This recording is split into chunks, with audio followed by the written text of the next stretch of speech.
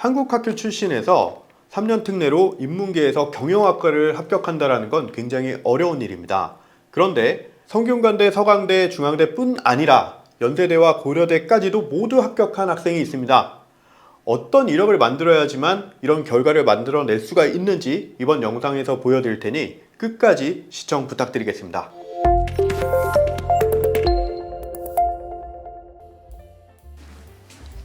안녕하세요. 안녕하세요. 자, 반갑습니다. 먼저 자기소개 부탁 좀 드릴게요. 네, 안녕하세요. 저는 베트남 호치민시 KS를 졸업하고 2018년에 연세대 경영학과에 입학한 18학번 진우찬입니다. 네.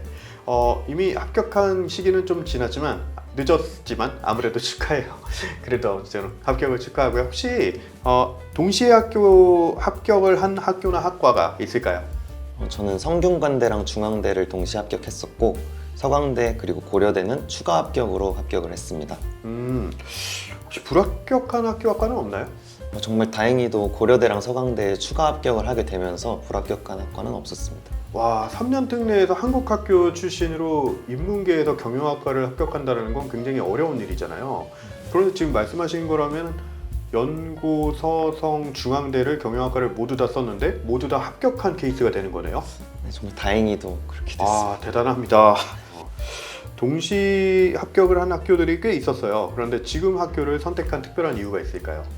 우선 저는 과는 모두 경영으로 똑같이 썼기 때문에 네네. 학교에 대해서만 고민을 했었는데 네. 이제 최종적으로는 연세대와 고려대 사이에서 정말 고민을 많이 했었습니다. 동시 합격을 했어도 경영학과라는 거를 이 한 개로 통일을 했기 때문에 어쩌면 선택에 있어서 조금 더 손쉬운 선택이 될 수도 있지 않았을까라는 생각이 좀 들기는 하네요. 네. 좋습니다. 이제부터 이제 이 영상을 시청하시는 부모님들께서 이제 제일 궁금해하시는 부분을 이제 물어보게 될 건데요. 아무래도 이제 표준화 테스트부터 시작을 해서 어학 성적이나 내신도 당연히 있을 거고요. 그리고 교내 활동이나 수상 경력이나 이런 것들이 또 있을 거예요. 그리고 그것들을 이렇게 보시면 10개 안쪽에 있는 것들을 골라서 이제 기재를 해야 되는 상황이다 보니까 어떤 순서대로 기재를 했는지, 그리고 가급적 그 학업에 대한 성취도를 이렇게 확보를 할 때 학년별로 이렇게 좀 어떻게 했다는지 얘기를 좀 설명을 해 주실 수 있을까요? 네. 저는 우선 학교 성적 같은 경우에는 고등학교 3년 통합해서 1.6등급이었고 석차는 전교 1에서 3등 내로 유지를 했습니다. 그 표준화 성적 같은 경우에는 뉴 SAT가 1460점, AP는 매크로 이코노믹스 4점, 마이크로 이코노믹스 5, 스태티스틱스 2점이 있었고 토플 110점에 베트남어 자격증 B급이 있었습니다. 저는 9학년 말 때 토플 공부를 처음 시작을 했었는데 처음에는 학원에서 공부를 했었고 두 번째 시험 때 100점 이상이 나왔습니다.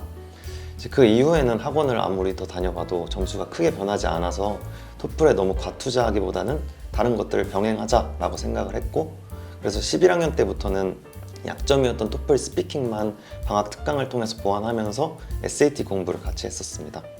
그렇게 해서 11학년 말에 토플 110점에 SAT 1460점을 기록할 수 있었습니다. AP 공부는 12학년 때 저희 학교에 처음 오신 선생님께서 권해주셔서 가벼운 마음으로 도전을 해봤는데 매크로 마이크로 이코노믹스 같은 경우에는 학교에서 배우던 경제 과목들로 어느 정도 커버가 가능했고 학교에서 배우지 않았던 스태티스틱스 부분만 학원을 다니면서 시험을 쳤는데 그 결과 매크로 4점, 마이크로 5점, 그리고 스태티스틱스 2점을 받을 수 있었습니다. 베트남어 같은 경우에는 학교 과목으로 계속 있었기 때문에 많은 노력을 들이기보다는 자격증을 따기로 한 그 11학년 때 단기간에 방과 후 수업이었던 베트남어 자격증 준비반에 들어가서 준비를 했고 그 결과 B급 자격증을 딸 수 있었습니다. 수상 실적 같은 경우에는 제가 정보가 부족했던 걸 수도 있는데 저는 외부 대회에 대해 아는 게 거의 없었습니다. 그래서 대신 이제 교내에 있던 대회라도 모두 나가보자 라는 계획을 세웠고 실제로 11, 12학년 때는 교내에 있던 모든 대회에서 수상을 할 수 있었습니다. 그 외 활동으로는 전교 회장이라던가 교내 경제경영 동아리를 만들어서 진행하기도 했고 다문화 가정 초등학생이나 베트남 현지인들을 대상으로 한 다양한 봉사활동들이 있었습니다. 이제 이 항목들을 포트폴리오에 넣을 때 저는 크게 5가지의 소제목을 만들어서 제출을 했었습니다. 우선 가장 자신 있었던 교내 성적을 1번으로 학원 및 교과 영역이라는 제목으로 제출을 했고 2번으로는 특례 입학생에게 가장 기본이 되는 언어 관련 항목들 예를 들면 토플, 뭐 MUN, 베트남어 이런 부분들을 배치를 했습니다. 3번은 베트남 지역사회와 관련된 활동들, 뭐 현지 봉사활동이나 아니면 베트남에 대해 작성했던 소논문들을 배치를 했고 4번으로는 교내에서 진행한 학생회, 동아리 활동들을 묶어서 제출을 했습니다. 그리고 마지막 5번 항목으로는 이제 남은 봉사활동들을 묶어서 제출했었습니다. 그렇군요. 굉장히 좀 다양한 활동들과 그 다음에 여기 안에서도 선택과 집중이 좀 있었던 것 같아요. 혹시 이 학교를 합격하는 데 있어서 지금 했던 내역들 중에서 가장 많이 영향을 줬다면 어떤 것들이 좀 있다고 생각을 하나요? 아무래도 스스로 판단했을 때 저는 그 어학 능력 점수나 SAT, AP 점수가 좀 낮은 편이고 최상위권이 아니었기 때문에 이제 그런 부분에서 비교적 약점이 있다고 생각을 했었습니다. 그래서 대신 이거를 커버할 수 있는 제 장점을 부각하자라고 생각을 했었는데 당시에 제가 찾았던 제 장점은 교내 활동에 아주 충실하게 참여했다라는 점이었습니다.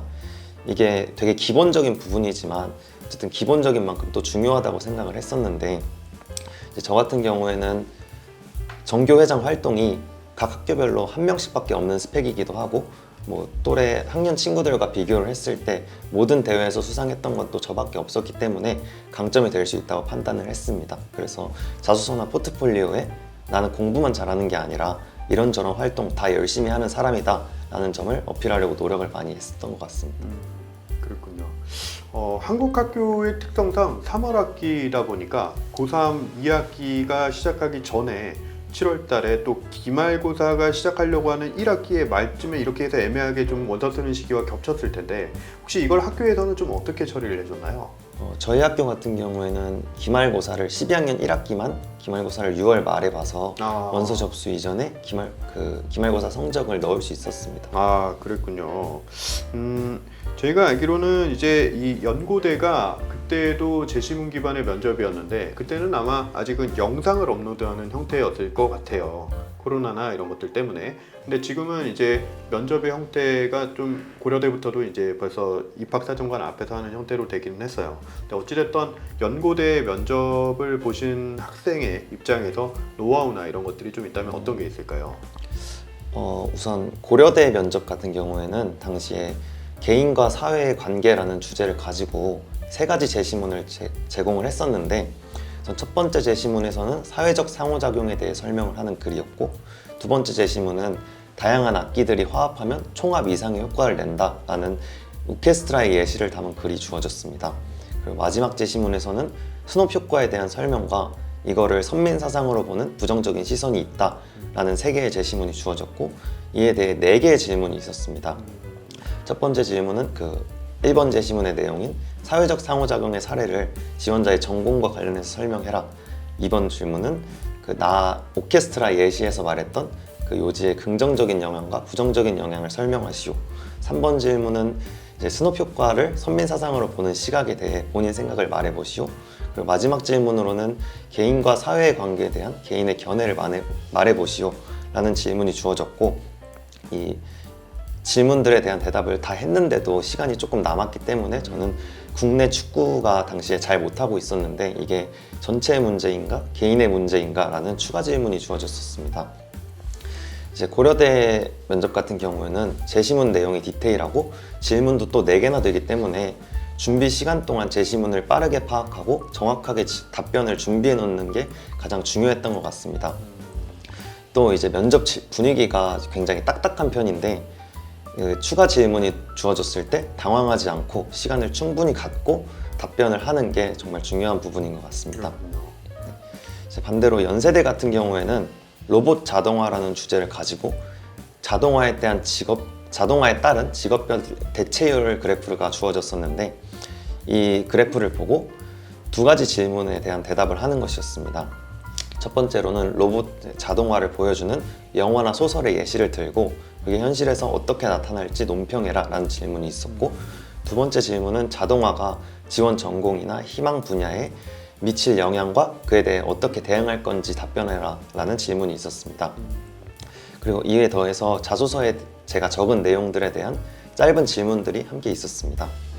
이제 연세대 면접 같은 경우에는 고려대보다는 조금 편안한 분위기에서 면접이 진행됩니다. 본 질문이 시작되기 전에 학교에 와본 적이 있냐 라는 긴장 푸는 질문도 함께 해주시는데 제가 생각했을 땐 이 앞에 주어지는 긴장 푸는 질문에서 너무 얼어있는 모습을 보이지 않고 또 이 시간을 본인이 진짜 긴장을 푸는 시간으로 이용하는 것도 하나의 팁이 될 수 있을 것 같습니다. 또 고려대에서는 세세하게 제시문을 준 것과는 달리 연세대는 제시문이 디테일하게 나오지 않습니다. 그래서 당시 면접에 나올 수 있을 만한 그런 사회적 이슈들에 대해 평소에 미리 파악해 두는 게 중요한 것 같은데, 제 경우에는 그때 하던 프로그램인 차이나는 클래스라는 프로그램을 보면서 이제 나올 만한 주제들에 대해 공부를 했고, 실제로 프로그램에서 언급된 로봇세라는 내용을 답변에 포함하기도 했었습니다. 그렇군요.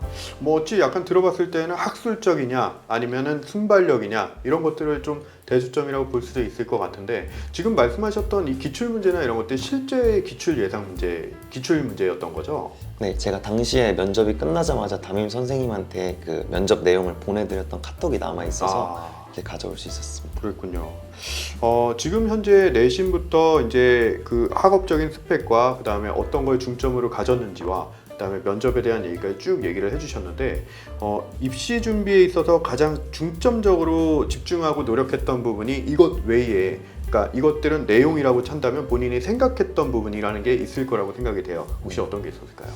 우선 특례에 있어서는 객관적인 자료가 될 수 있는 어학 성적 그리고 표준화 점수가 되게 중요하다고 생각을 했는데, 저는 아쉽게도 그 부분에서 점수가 좋지 않았었기 때문에 이 약점을 커버할 수 있는 저만의 강점을 어필하자 라고 생각을 했었는데, 제 경우에는 다양한 활동을 성실하게 참여했다라는 게 강점이었다고 생각을 합니다. 그래서 포트폴리오의 학업적인 부분 외에도 뭐 농구 대회를 주최한다던가 UCC를 제작한다던가 하는 다양한 활동들을 포함하면서 어차피 최상위 대학교에 지원하는 학생들은 성적 다 좋고 다들 큰 차이가 없을 테니까 나는 이제 뭐 두루두루 다 잘하고 이것저것 열심히 한다라는 차별점을 나타내려고 노력을 했던 것 같습니다. 그렇군요. 현재 연세대학교 경영학과인 거잖아요. 네. 근데 뭐 누구나 부러워할 수 있을 것 같기는 한데, 후배들이 대학을 이제 지원하고 선택함에 도움이 될 만한 어떤 정보 및 사실이 이 학교만의 특징이 이런 게 있다라고 얘기하는 거 얘기해 주실 만한 게 있을까요? 우선 연세대의 가장 큰 장점은 아무래도 신촌에 있다는 게 그렇죠. 신촌이죠. 네. 이제 동기들이랑 놀고 뭐 술도 마시고 하기에는 주변에 놀거리가 많은 신촌만큼 좋은 곳이 없습니다. 또 이제 연세대에 대한 오해, 가장 큰 이미지가 이제 개인주의가 강하다라는 맞아요. 생각이 네. 있는데, 실제로 경험해본 연세대는 전혀 그렇지 않았습니다. 이제 동기들과도 친하고 선후배들과도 자주 만나면서 교류를 할 수 있었고, 또 뭐 동문 멘토링, 경영인의 밤 같은 큰 행사들을 통해서 이미 졸업한 어마어마한 선배들과 교류할 수 있는 기회가 많았다는 거, 이것도 연세대의 장점이라고 생각합니다. 그렇군요. 저도 이제 학생들한테 마인드셋을 심어줄 때 연대 그 현대백화점 스타벅스 거기에서 과제를 하는 모습을 계속 상상을 해라, 현백 사진을 찍어서 매일 저녁마다 봐라, 이러면서 마인드 컨트롤을 좀 해주는 그런 에피소드를 좀 가지고 있는데, 실제로 좀 연대 학생 입장에서는 좀 어떤가요? 그 현대백화점 스타벅스 많이 애용을 하고 있나요? 실제로 그 앞에 스타벅스에 가보면은 과제하는 연세생들이 되게 많긴 합니다. 그렇군요. 네. 아직도 여전히 많군요. 네. 좋습니다. 이 영상을 이제 많은 학부모님들께서 보고 계실 거예요. 이제 학생들한테도 할 수 있는 얘기들도 있겠지만, 먼저 입시의 전쟁을 치르는 선배로서 본인의 부모님께 과거에 하고 싶었던 얘기가 있었다면 학부모님들이 보시는 영상이니까 네. 거기에 맞추어서 한번 얘기를 해보신다면 어떤 점들이 좀 있을까요? 당시에 저희 부모님 같은 경우는 이제 입시를 준비하면서 다양한 정보들을 접하면서 뭐 여기저기서 이게 좋다더라, 뭐도 준비해야 된다더라 하는 얘기를 들으면서 되게 걱정을 많이 하셨고 흔들리는 모습도 많이 보이셨습니다.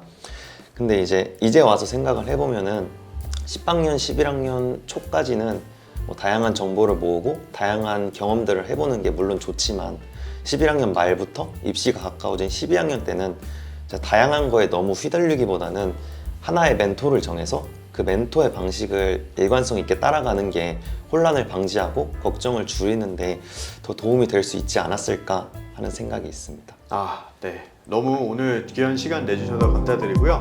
오늘 영상을 통해서 많은 후배들이 도움이 될 수 있도록 또 저희가 열심히 매진하겠습니다. 참석해 주셔서 정말 감사합니다. 네, 감사합니다.